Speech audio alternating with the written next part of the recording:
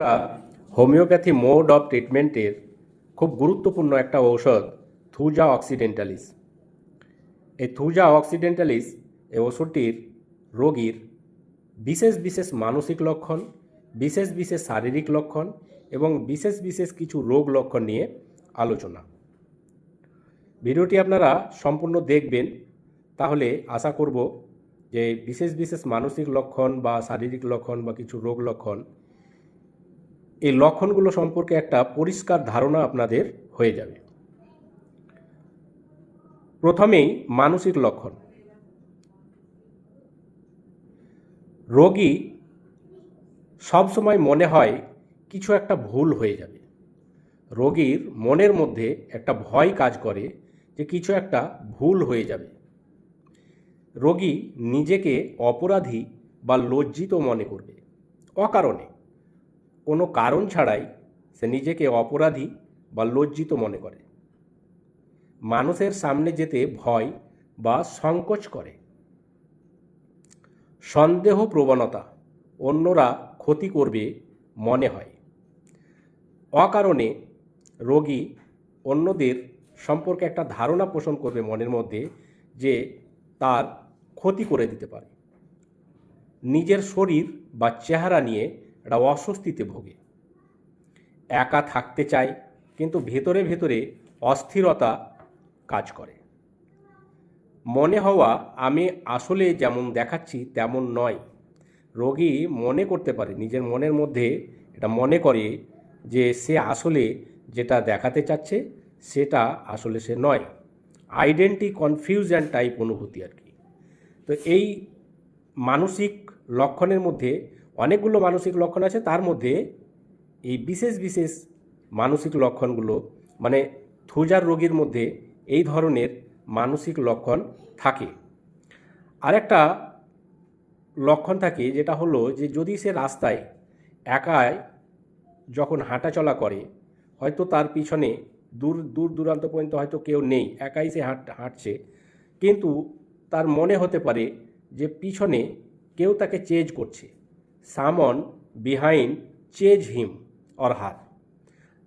সে মনে করে যে পিছনে কেউ তাকে চেজ করছে, পিছনে পিছনে কেউ আসছে, পিছনে ফিরে তাকায় কিন্তু হয়তো কেউ নেই, কিন্তু তার মনে হতে পারে যে someone chase behind him or her, কেউ তাকে পিছনে পিছনে চেজ করছে বা ফলো করছে।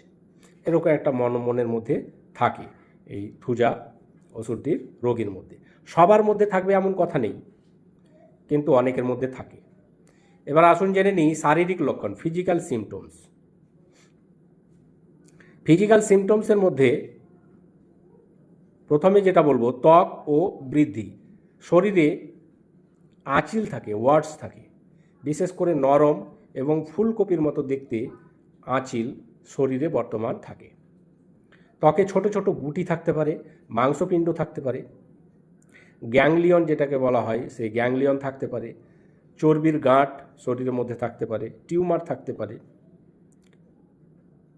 এবং আঁচিলগুলো দেখতে অনেকটা নরম হবে। আঁচিলগুলো টাচ করলে নরম মনে হবে এবং দেখতে অনেকটা ফুলকপির মতো মনে হয়। শরীরে অতিরিক্ত ঘাম হয়, বিশেষ করে পায়ের তালুতে, তারপরে মুখমণ্ডলে, মাথায়।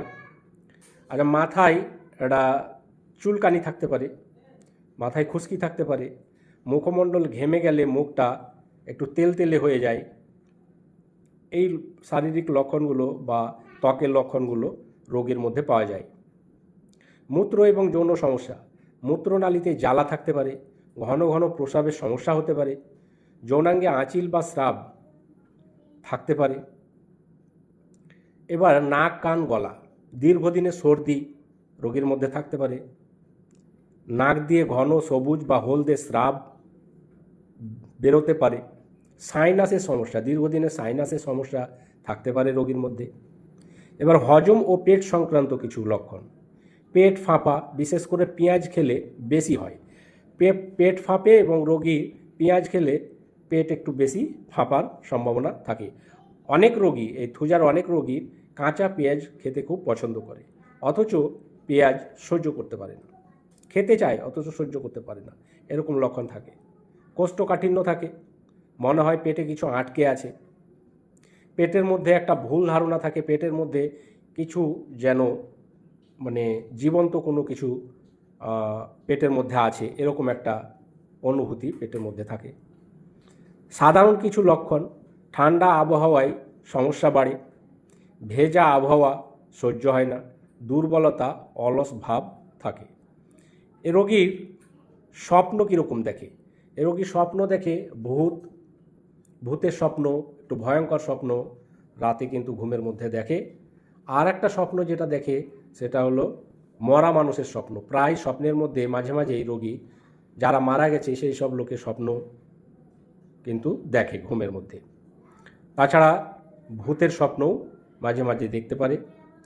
এবং এমনিতে রোগী ভূতের মানে একটা ভয় তার মনের মধ্যে থাকে। রাতে স্বপ্নের মধ্যে উড়ে উড়ে যাচ্ছে এরকম স্বপ্নও দেখতে পারে অনেকেই।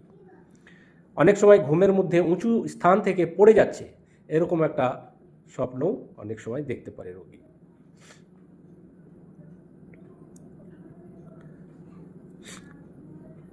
কিছু কিনোট সিমটম আছে, যে সিমটমগুলো থাকবেই রোগীর মধ্যে, এবং সেই সিমটমগুলো মানে একটা রোগীকে থুজা প্রয়োগ করতে গেলে সেই রোগীর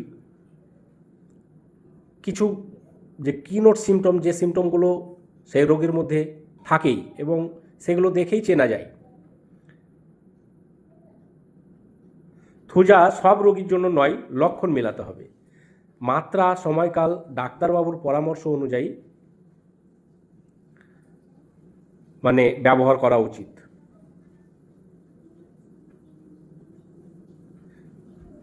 তো আশা করছি থুজা ওষুধটির রোগীর মানসিক লক্ষণ, শারীরিক লক্ষণ সংক্ষেপে যে আলোচনা করলাম, আপনারা যারা নতুন হোমিওপ্যাথি প্র্যাকটিসে এসেছেন, যারা জুনিয়র,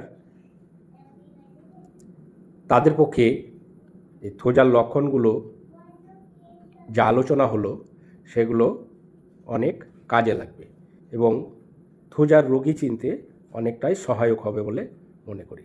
ধন্যবাদ।